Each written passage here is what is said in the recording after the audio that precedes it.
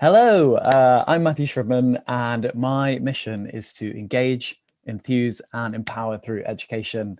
All around the world, people are disengaged from learning, and all too often, we've had our curiosity driven out of us by an outdated education system, and we find science inaccessible, maths too hard, poetry a waste of time, and history boring. And what's worse is that many of us don't even have access to education that may or may not be interesting. And either way, all of us enter an enormously complex world that none of us could ever fully understand. And all of us, no matter how smart, inevitably make bad decisions. And these bad decisions can be as small as taking a disposable plastic cup or as large as billions of people taking disposable plastic cups, and as small as dropping a cigarette butt or as large as approving the destruction of a rainforest. But it's not just that we make bad decisions. We often don't seek to understand, or struggle to, amidst all the noise, how we could change the course of humanity for the better. And partly because of what we've learned or not learned, and partly because we live in a world whose primary and all too pervasive pursuit is profit for profit's sake, where many of the people in charge are so entrenched in business as usual that they can't even make space for improving the world. And so we misplace our time and our money and our desires in things that abuse the planet and the biosphere. And whilst this may not have been such a big problem a few hundred years ago, now there are 8 billion of us. We're on the brink of irreversible disaster, and civilization is at stake.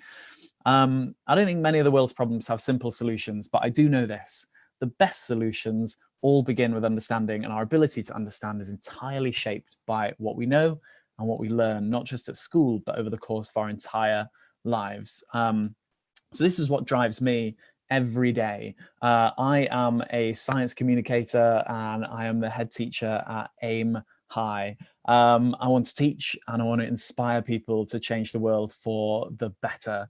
I want to help to build a future where everyone, regardless of their background, upbringing, location, age, has access to brilliant education. And because there's so much untapped brain power and so much unrealized potential, and I want to unleash it. Think of all the global problems that could be solved, of all the times in history we need people to be learning and to want to learn, because humanity might just depend on it. And this is why I'm very grateful to GreenFest for having invited me on to do this talk. This talk is going to be about the green recovery. What would a green recovery look like? And I'm also going to talk about some of the science around environmentalism and what's going wrong, and try to kind of turn that into what needs to change for the better. And so thank you all for coming. If you're on and you want to ask me questions on the go, then just go for it. I love questions on the go.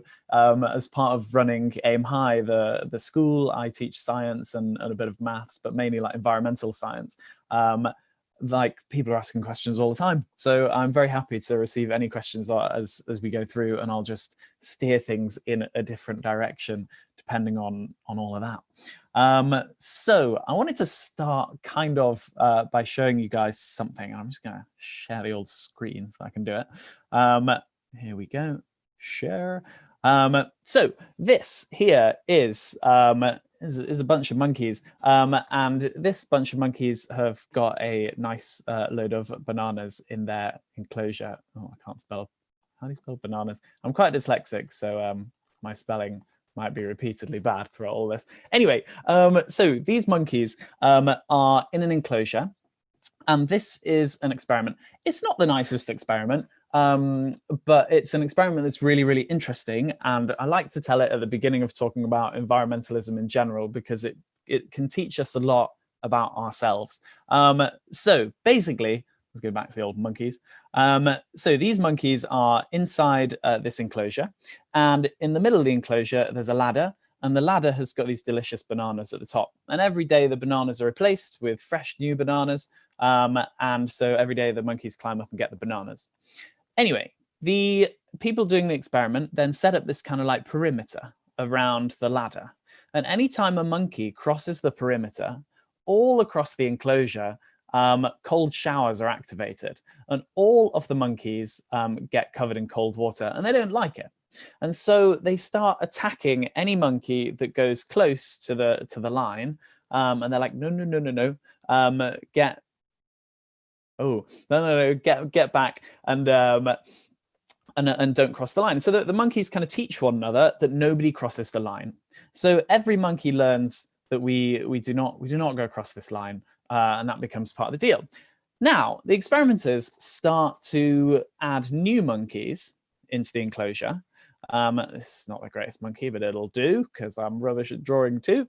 So they start adding new monkeys into the enclosure, and the new monkeys have never experienced the cold showers.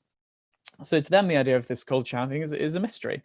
But as soon as they try to climb the ladder to eat the bananas, the other monkeys attack them. And so they learn, do not climb the ladder to eat the bananas. They don't know why, but they know that it's against the rules. And so the experimenters then go on to replace all of the monkeys in the enclosure. So eventually, all of the original monkeys are gone, and they're all replaced with new, less well-formed, quite pixelated monkeys. And these new monkeys have never crossed the perimeter to the ladder. They all attack one another if they try to cross it, and they've never experienced the cold showers. So they don't climb the ladder, but they don't know why. Now, the experimenters then turn off the cold showers. And even though there is now no reason not to climb the ladder because the circumstances have changed, the monkeys don't climb it. And the reason why I kind of wanted to talk about this to begin with is because for me, this is an important idea about the problems that we have in the world at the moment, is that people think that we do things for very good reasons, and that the systems we have are the best systems, and that we've already created the best systems possible. But ultimately, there are loads of things that happen in the world that are based on actually very poor decisions that have happened in the past, or maybe good decisions that have happened in the past that have become ingrained and that now we should start to question. And ultimately, we now live on a planet where the biosphere is beginning to collapse. Well, I say beginning to collapse. We're in the middle of this disastrous sixth mass extinction, and incredibly rapidly increasing greenhouse gases. And we are, in many ways, very much like these monkeys who are refusing to cross to climb the ladder when actually our circumstances have completely changed. We have this problem of these ingrained habits, and we do things in the way that they've always been done because they have always been done in that way. But the world has changed a lot. Now, I kind of wanted to talk next. I'm gonna talk about a few different things here, but I kind of wanted to talk next about this whale. So does anyone have any idea what this whale might have to do with the fossil fuel industry?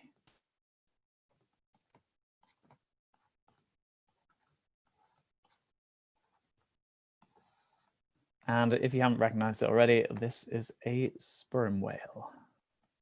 It's one of my favorite whales.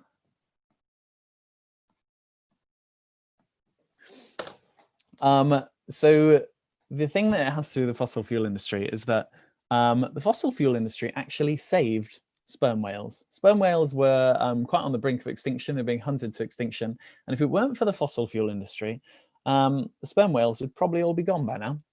So that is one small thing that we have the fossil fuel industry to thank for. Now, I just wanted to start with one thing about the fossil fuel industry that's maybe a bit positive before we talk about how the fossil fuel industry is a total disaster that is bringing about the end.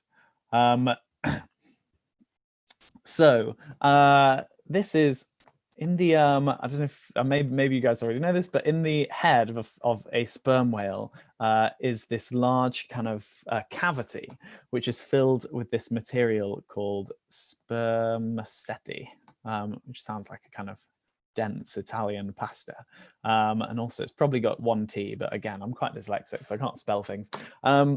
But yeah, so this spermaceti is this incredible material inside the head of a sperm whale that helps them to navigate and communicate.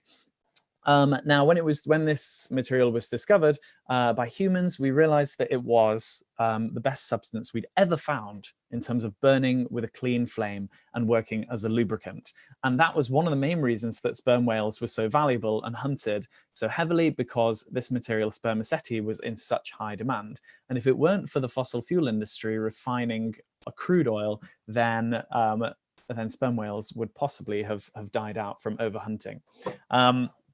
Also, there are some rumors that NASA continued using spermaceti long after it was forbidden globally to do so.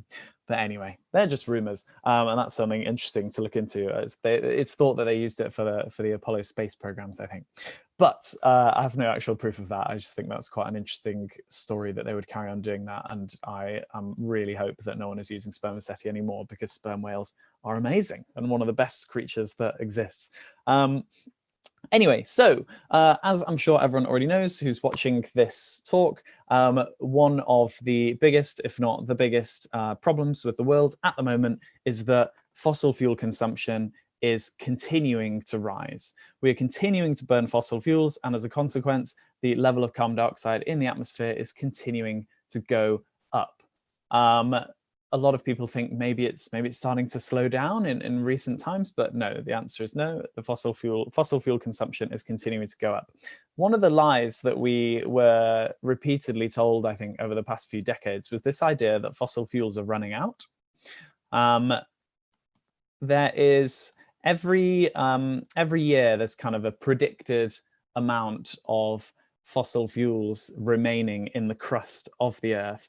I'm interested to know if anyone who's watching has any idea what the kind of percentage change is in that quantity every single year. How much do you reckon the amount of fossil fuels in the Earth changes every single year? So this is taking into account the fact that every year we discover a few fossil fuels, and every year we're continuing to use them faster than ever. So how many fossil fuels do you reckon are remaining? How do you think the amount of, well, let's just talk about crude oil remaining in the ground changes every single year?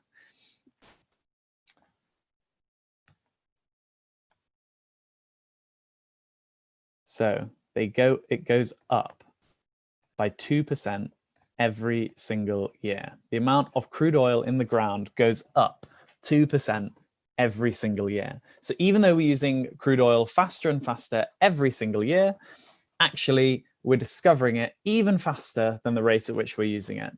And so this is something that has us on a complete collision course with disaster, because there was a time when people thought, oh, maybe fossil fuels could run out fast enough to save us from the destruction that they could cause.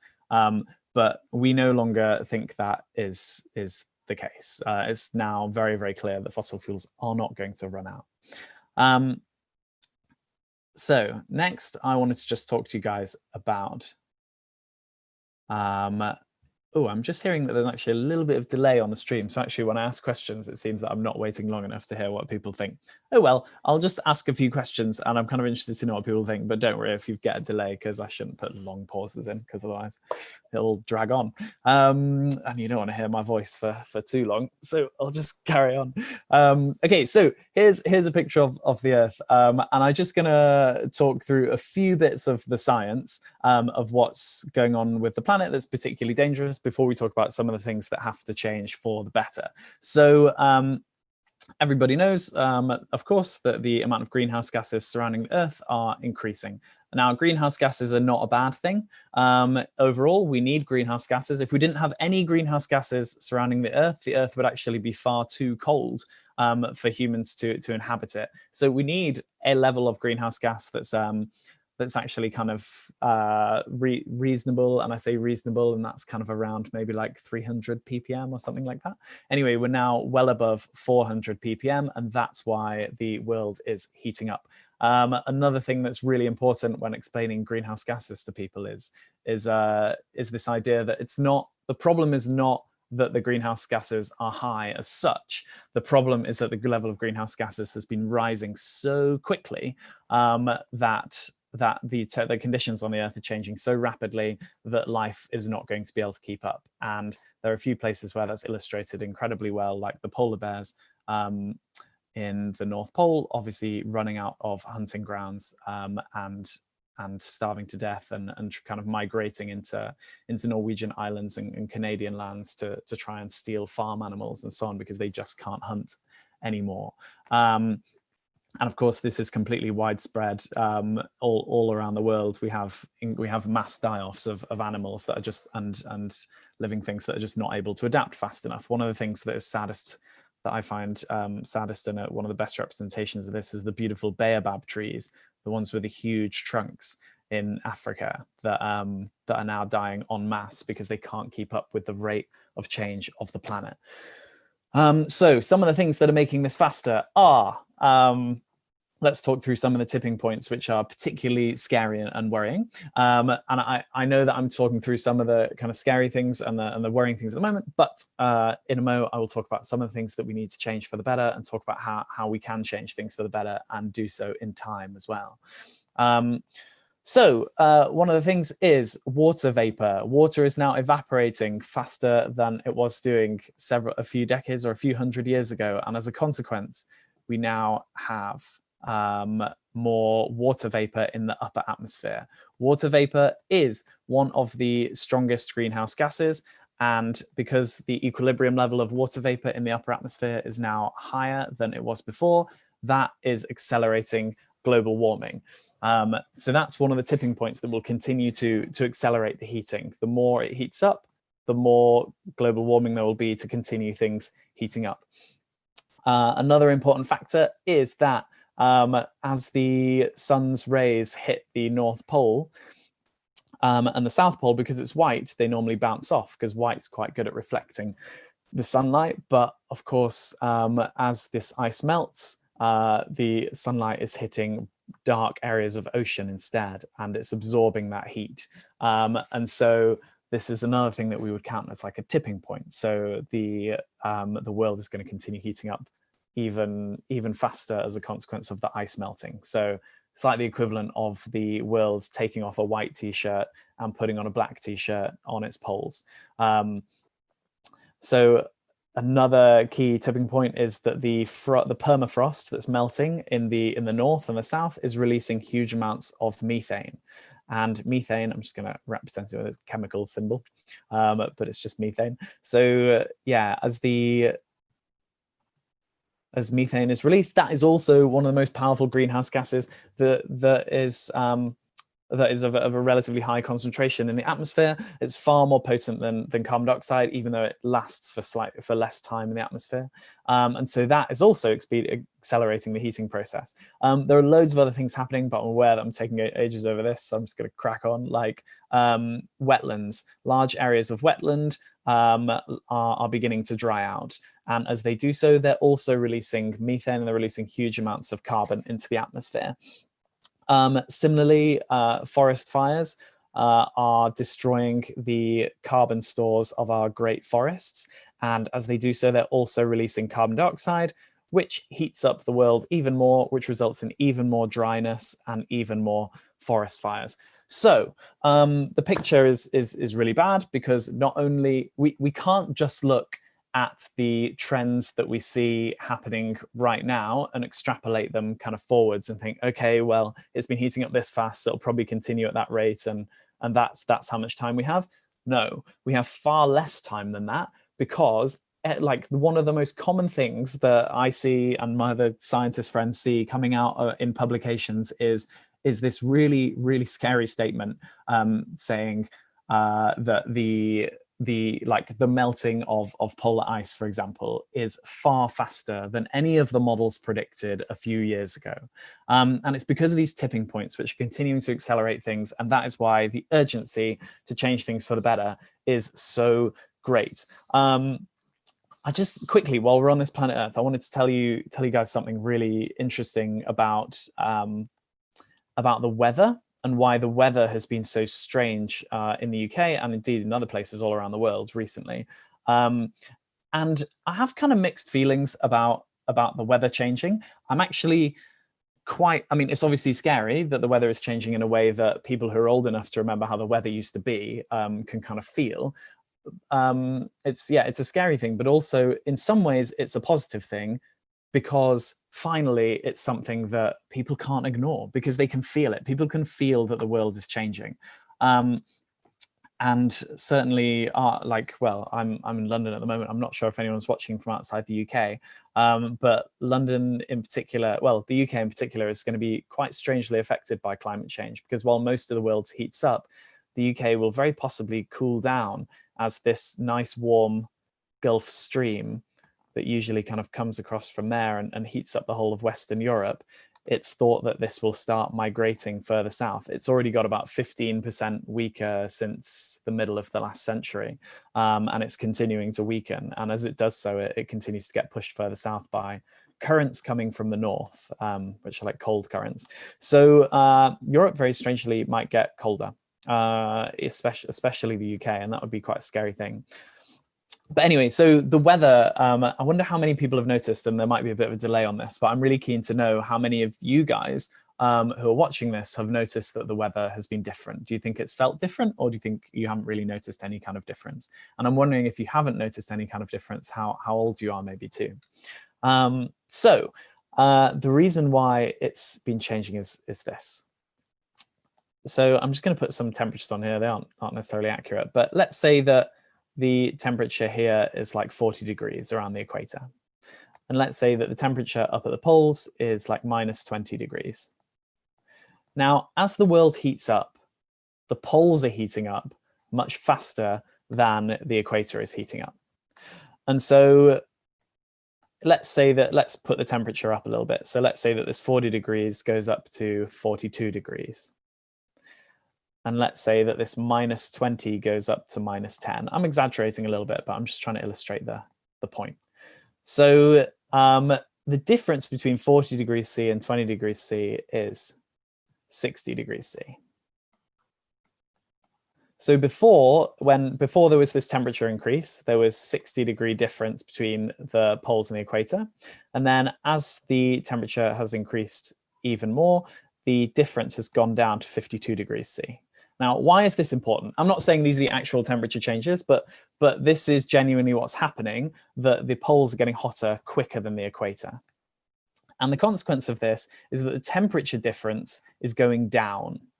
So the temperature difference between the poles and the equator is actually decreasing. And as it does so, the tension between the hot air from the equator and the cold air from the poles is decreasing as well. Now, what is this tension responsible for? This tension between hot air and cold air is responsible for the wind. And when the hot air meets the cold air, this is a bit of a cartoon, but in general, when the hot air meets the cold air and is swept sideways by the spinning of the Earth, that's what creates the wind currents that encircle the Earth. Now, we always talk about the westerly winds. That's because the winds almost always come from the west. But the winds are starting to slow down. The winds are starting to slow down. So winds that used to blow across the North Atlantic, bringing really consistent weather to the UK, have now started to slow down. And just like a river slowing down, instead of traveling straight towards the UK, like a fast river flows very straight. But instead of flowing very straight, the winds have started taking really bendy routes, just like a river slowing down. And as they do so, the weather is becoming quite strange in the UK. So if you might have heard this on the weather forecast, they call it an omega loop, just like the Greek letter omega, like that. And so if we end up with the winds wobbling above us, because the winds are going so slowly, as I said, they're starting to wobble like a river. If we end up with the winds above us, then that sucks up a lot of hot air from the equator, and we get extremely hot weather. And then the next day, these slow moving winds could suddenly, I wonder if I can get far enough back, these slow moving winds could suddenly flip around so that they're the other way.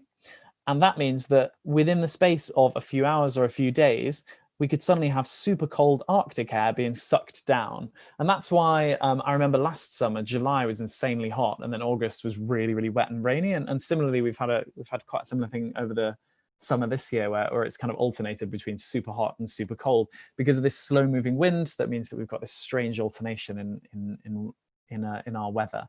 And this is caused by the world heating up. Okay, so I've just seen a question from Brian come in. Extremes have changed what sort of forage crops we can grow successfully for the cows to graze. Ooh, that, I don't know if that's a question, but yes, I agree. Like the extremes have started to change the kind of crops that can grow and that can survive.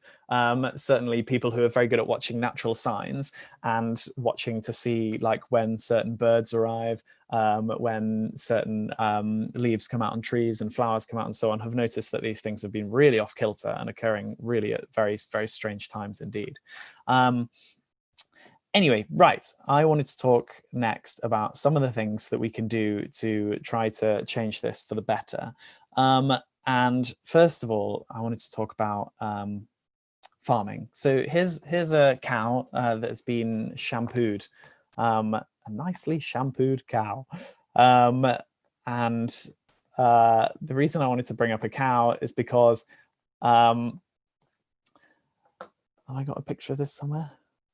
Oh, yeah. Okay, so the number of cows on Earth is absolutely mad. And when I say the number, maybe number is the wrong word.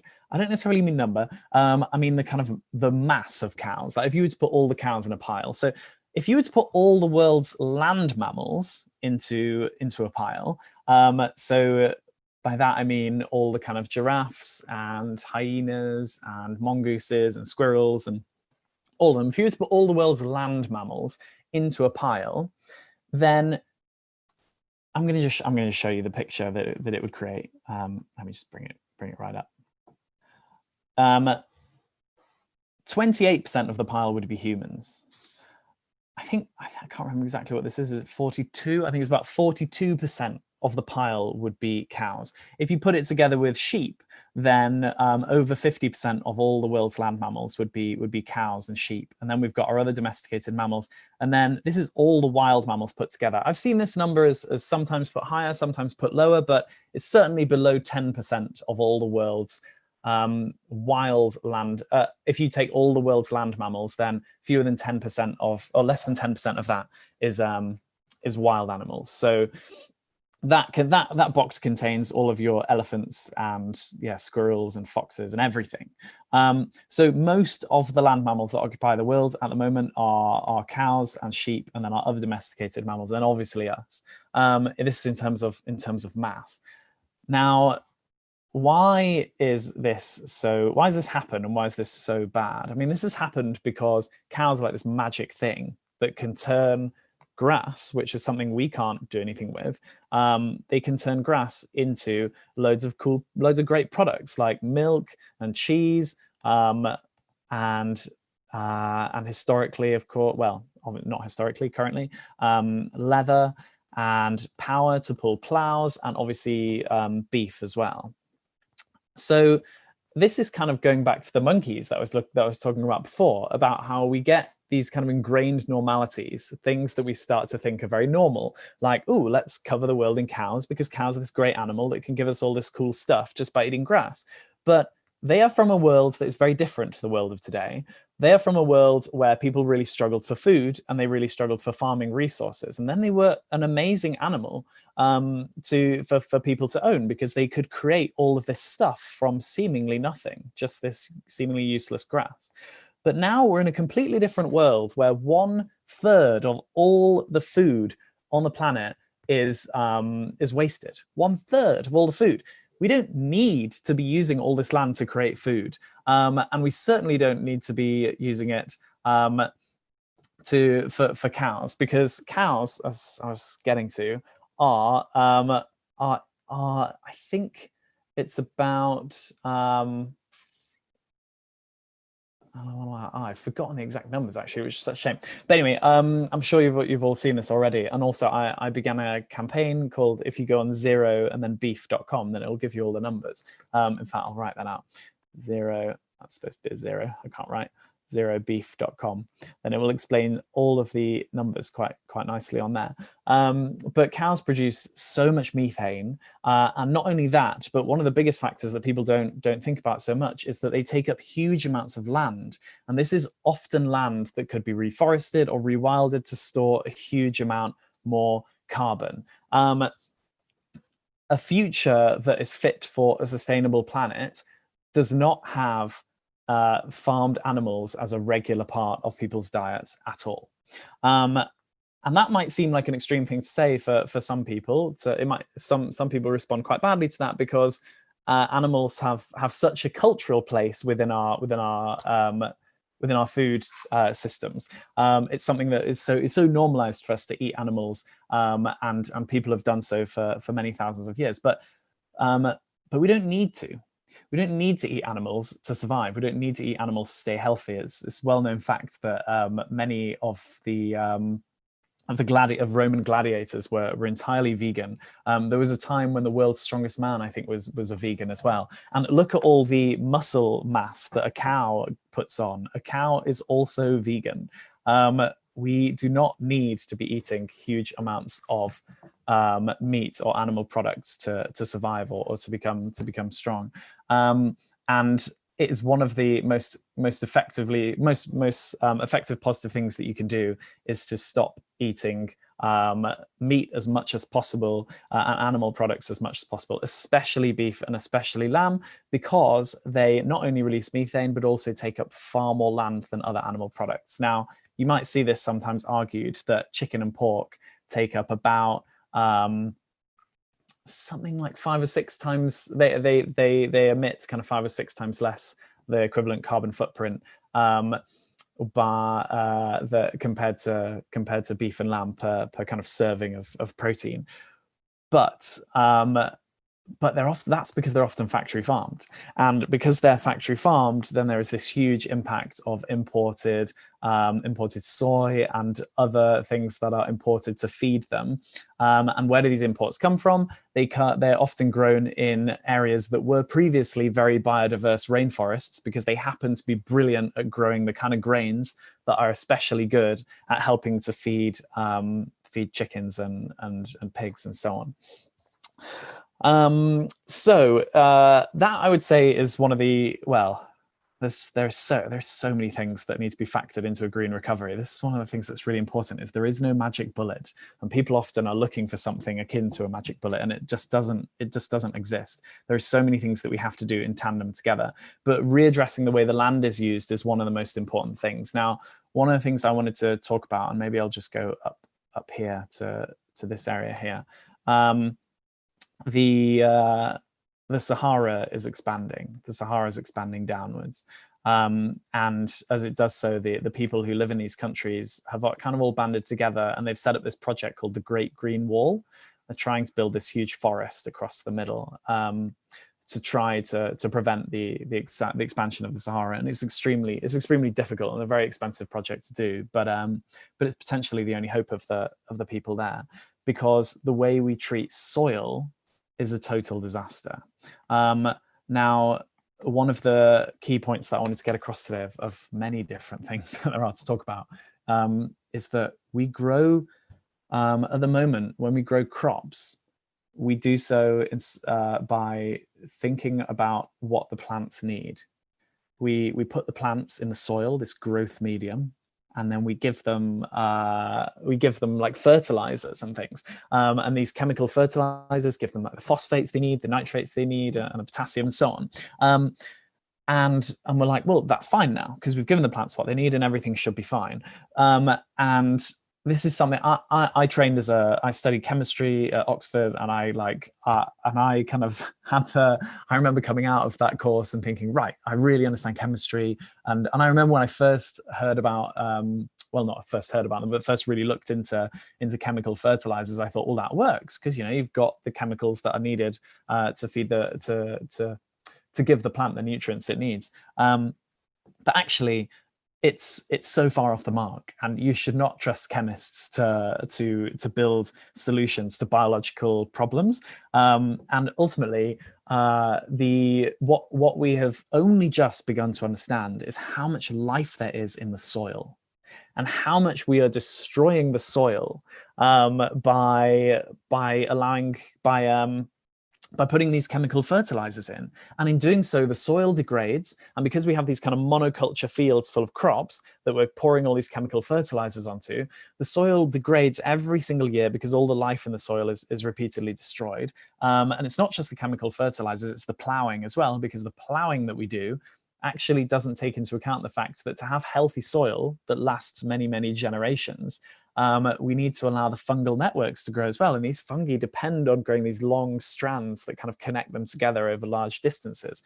That's why there's big campaigns going on at the moment to have no-dig farming, to reduce the amount of digging in farming, and to use green fertilizers that basically trick the soil into thinking it's in a forest, rather than constantly throwing on all these chemicals that ultimately favor bacteria and favor weeds over the fungi, and create a huge imbalance that ultimately is very, very damaging.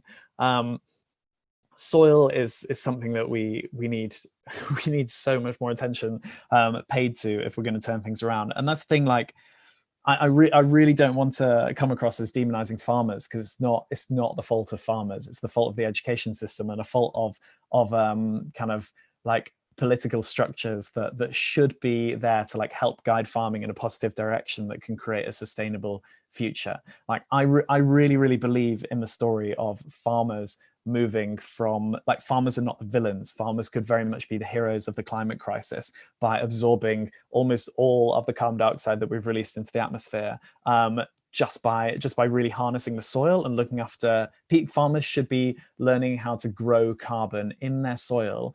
And there are methods developing out there, like the Ramiel chipped wood method, RCW, if anyone's a farmer and kind of wanting to look into this, which I know Tolhurst Organics are looking into a lot, is an amazing way of growing crops extremely effectively, large numbers of crops with very high yields, and doing so in such a way that's very, very positive for the soil. Also, just while we're talking about monoculture, I just think this is one of the big problems with the world in education. I'll come back to education in just a second. Education teaches, or well, I say education, it's also culture. Culture teaches us that to succeed is to dominate. To succeed is to dominate and to take over everything. And it's so ridiculous, because when you look at nature, if something dominates everything, everything suffers, including the thing that dominated.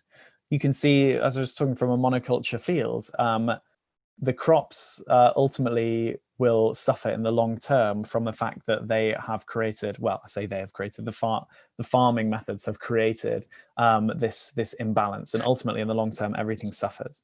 And we shouldn't be being taught that domination is what success is. Success is about becoming a valued part of a community, just in the same way that it is in nature. And if you're building anything, whether it's like a business or any kind of project, I really hope that people will start to aim for becoming valued parts of their community rather than dominating, because to dominate is ultimately for everyone to lose in the long term. Anyway, so yes, looking at, so let's just go to this picture. I've got a couple more pictures I want to show everyone. Well, I wonder if anyone knows what this is. I'll just leave it up there for a second, just while I talk about soil. So the thing about soil is that it's a natural solution. Soil is already a living system, and one of the connections that a lot of people don't make enough, and it's something that people are increasingly learning, and I'm sure many people watching this know this very well. But the biodiversity crisis, so the loss of loads of nature, is completely linked to the climate crisis, because it's living systems that store most of the world's carbon. Most of the world's carbon are inside these living natural systems.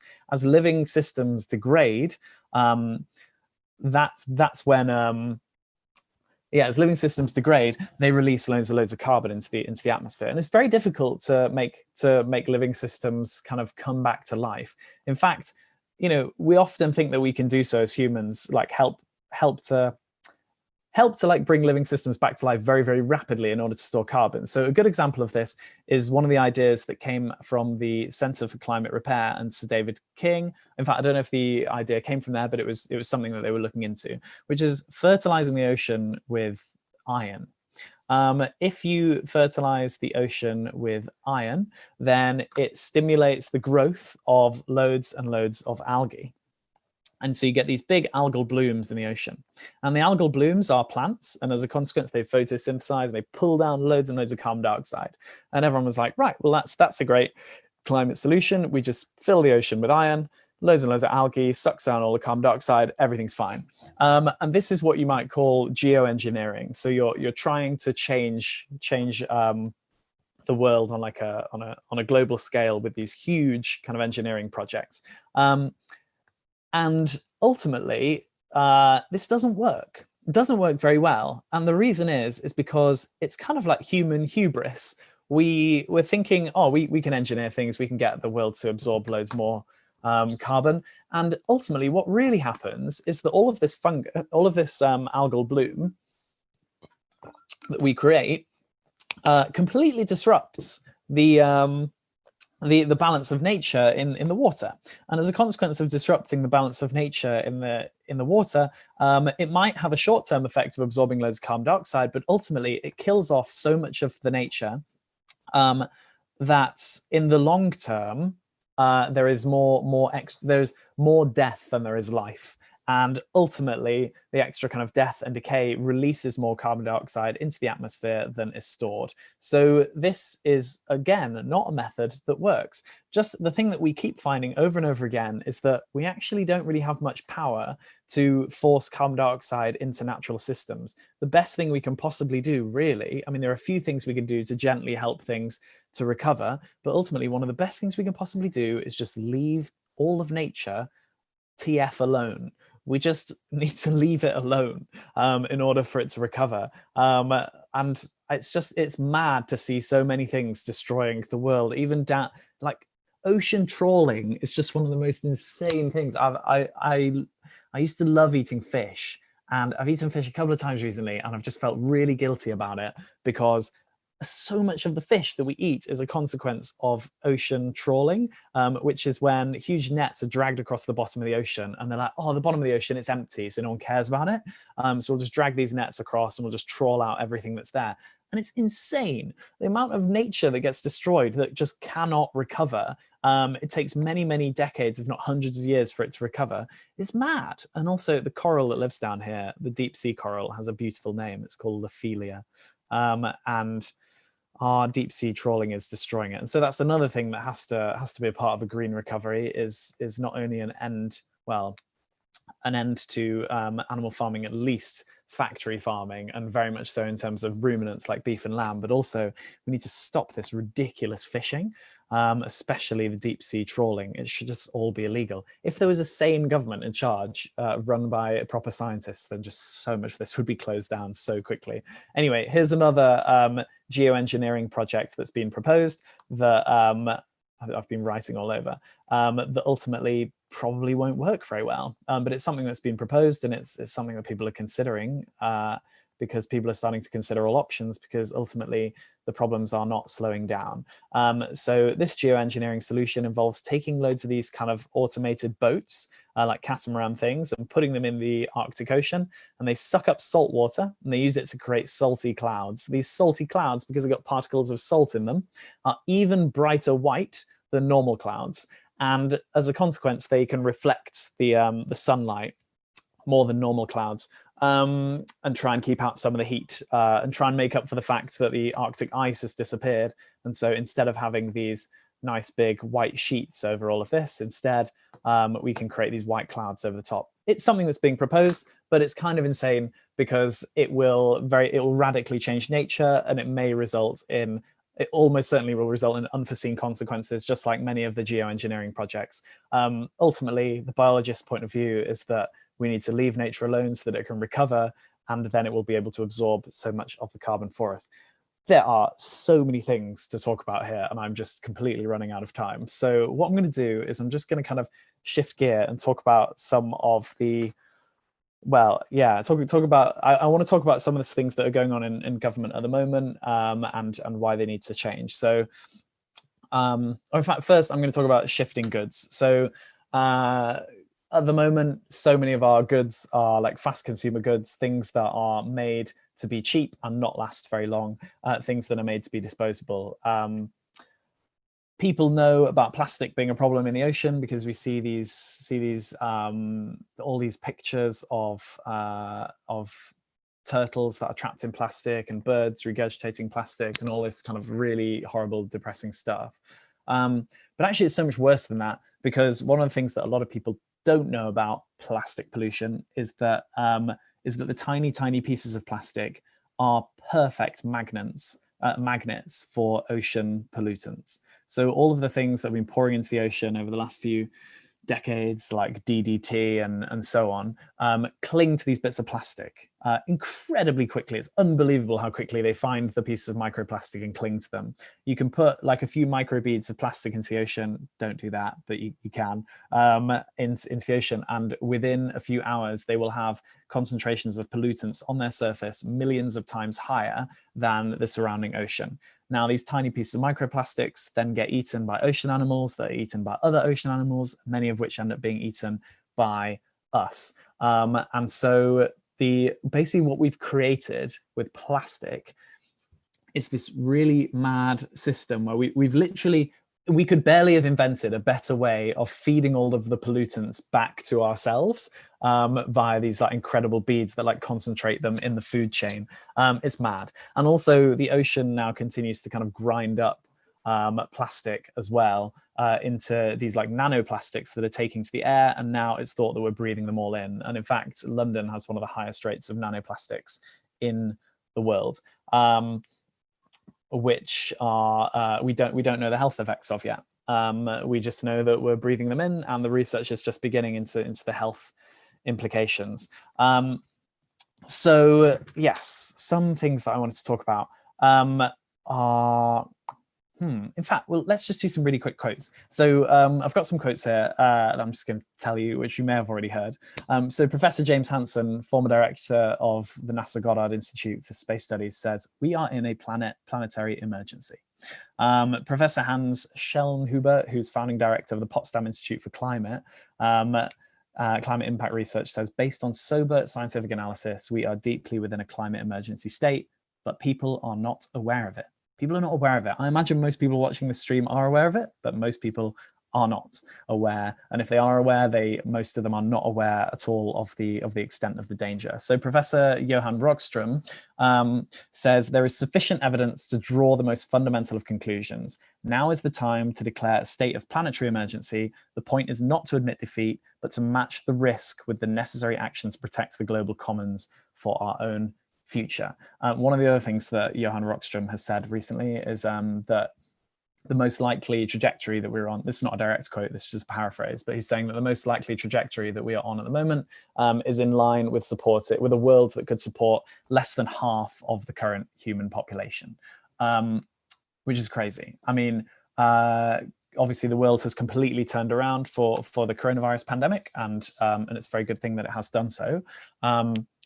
But to put things into context, the coronavirus pandemic puts like a few percent of the world population in danger, and obviously it's something worth acting over, certainly. But in comparison, we're talking about 50% of the world population with what's going on at the moment. And as Ban Ki-moon, former UN Secretary General, says, this is an emergency situation, and for emergency situations, we need emergency action. So I'm gonna talk to you some, I want to talk about some other things quickly, but I've just seen a question from Christian Adam. There are a few questions, actually. Let me take a few questions. So Christian Adam says, "For the sake of argument, would a vegan population require more land to grow crops than meat eating using battery farmed animals?" So yes, the answer is very much that Oh, no, sorry. I got the question the wrong way around. The answer is no. A vegan population would not require more land. Certainly not, because even if you factory farm animals, then yes, the factory farms take up a smaller amount of space.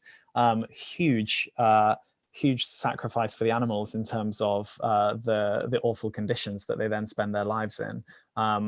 Which is like unbelievable when you start watching the videos of what the animals go through in factory farms. But ultimately, even in a factory farm, you still have to feed the animals. And where does the food come from? It comes from crops grown on large areas of land. And the thing about factory farms is that the animals in them are almost always fed on crops that are like we call them like human grade crops, as in they're quality crops that humans could eat themselves. And because of the way that biology works, by feeding these crops to animals, they waste most of the energy. And so normally it's like a rule of like 10% approximately. So if humans ate the crops, then you could feed, say, 100 humans. But if you fed the crops to the animals and then the humans ate those animals, then you could only feed 10 humans because of all the energy that's lost in the process of feeding the animals. So Brian's got another question saying, as a farmer, was chemistry-based arable, we saw the damage to soil by going organic and reducing animals, but grazing herbal grass. We have improved soil, surely less meat, milk, but better produced as first step. Okay, so Brian's talking about the fact that, so this is something I talk a lot about with friends who have I've studied this quite a lot, but I have friends who've really studied the kind of animal farming, beef, ruminant thing way more than me. And the conclusion that they keep coming back to me with is we shouldn't necessarily be thinking of removing animals completely from the farming process, because actually they can play a role in it. But the key thing is we shouldn't be selling them to be eaten, because as soon as we do so, we create a market, and the market creates a high level of demand that will continue to increase the amount of animal farming, and ultimately things will go completely off kilter. Instead, we should be thinking of animals as essentially providing a service to the land. So like animals like cows can graze on the land and help to cycle the nutrients and sometimes help to fertilize the land as well if it's done in the right way.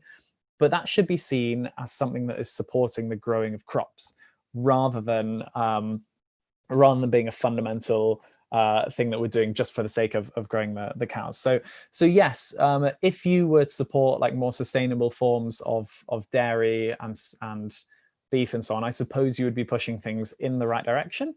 But also it's better to just not consume those things at all. But it's a strange one, because if none of the population decided to support the farmers who were trying to do things more sustainably, then ultimately like those farmers would not be able to do so, and so it'd make it a lot harder for farmers to transition. Ultimately, though, the government has to step in and sort this out, because it's just too difficult to coordinate based on market forces, and it's very well understood that market forces are not going to save us in time.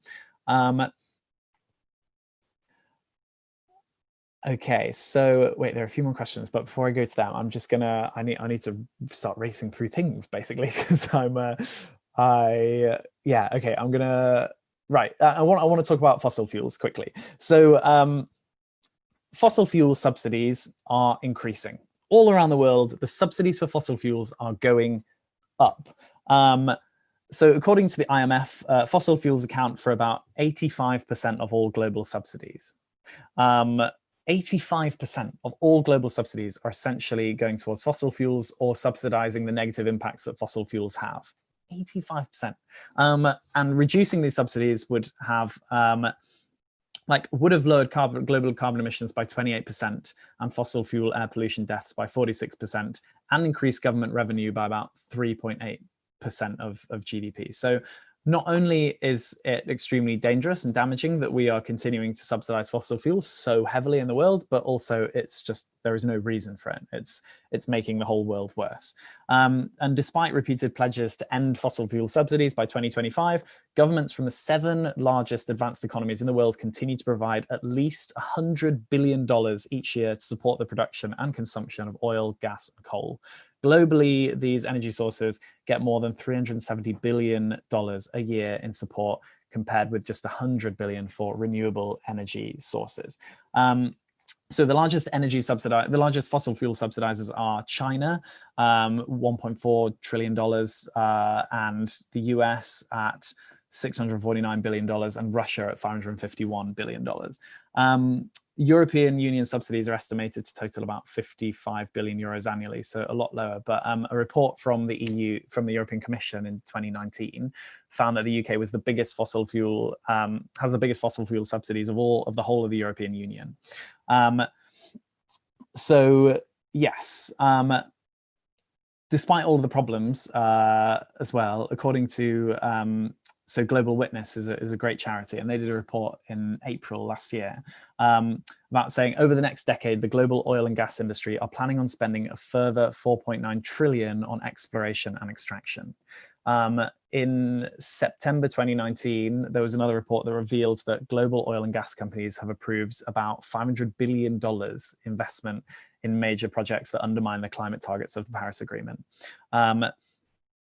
And yeah, no major oil company is investing to support its goals of keeping a global warming well below 2 degrees and to pursue efforts to limit to a maximum of 1.5 degrees. None. Ultimately, if we are to transition to a green recovery, we need to completely change the relationship with fossil fuels, because the relationship at the moment is totally insane, and this needs to happen at a political level. It goes further, because it's not just about fossil fuel companies, it's about banks as well. So bank financing of fossil fuels has increased every year since the Paris Agreement was signed in 2016. The world's leading 35 investment banks have invested about $2.7 trillion in the fossil fuel industry since 2016.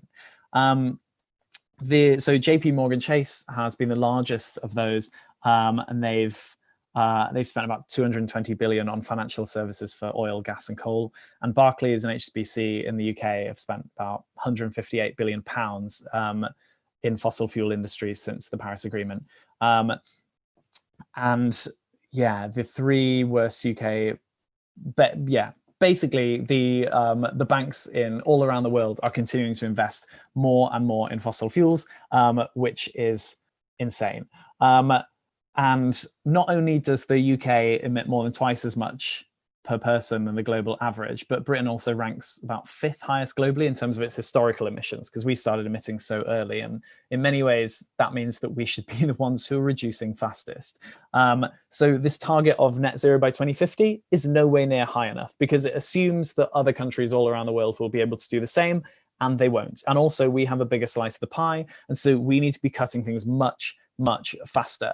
I used to think that I remember when I first heard the Extinction Rebellion proposal of net zero by 2025, I was like, oh, that's mad, we'll never be able to do it.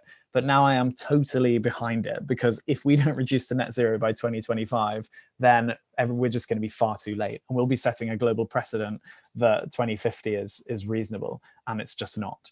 I don't know if you know, but the UK has recently approved plans to open a new coal mine as well in Cumbria that's going to produce 8.4 million tons of CO2 each year for about 50 years, which is insane. And also you've got HS2, the high-speed railway service, which I was quite confused about this to begin with, because I thought high-speed rail, surely that's good, helping to get more cars off the roads. But the way it's been designed is mad. It's the largest deforestation program since the First World War. It's going to destroy about 108 ancient woodlands, storing loads of carbon and loads of nature. And it will damage or destroy about 700 precious wildlife sites. And also the railway itself will emit huge amounts of carbon, both through its construction and its running.